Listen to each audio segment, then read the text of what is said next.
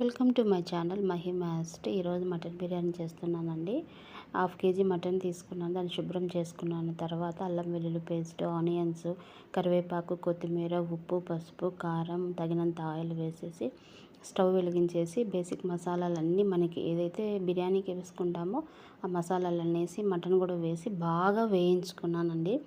బాగా వేయిస్తేనే మటన్ చాలా బాగా ఉడికిన తర్వాత ఇక్కడ అవసరమైతే బాగా ఆయిల్లో మగ్గిన తర్వాత దానికి తగినంత అల్లం వెల్లుల్లి పేస్ట్, ఉప్పు, పసుపు, కారం వేసుకొని 2 విజిల్స్ అంటే మటన్ బట్టి ముదురు మటనా లేత మటన్ చూసుకొని విజిల్స్ వేయించుకున్నాను. దాని తర్వాత హాఫ్ కేజీ మటన్కి 1 కేజీ రైస్ నానబెట్టుకొని పెట్టుకున్నాను.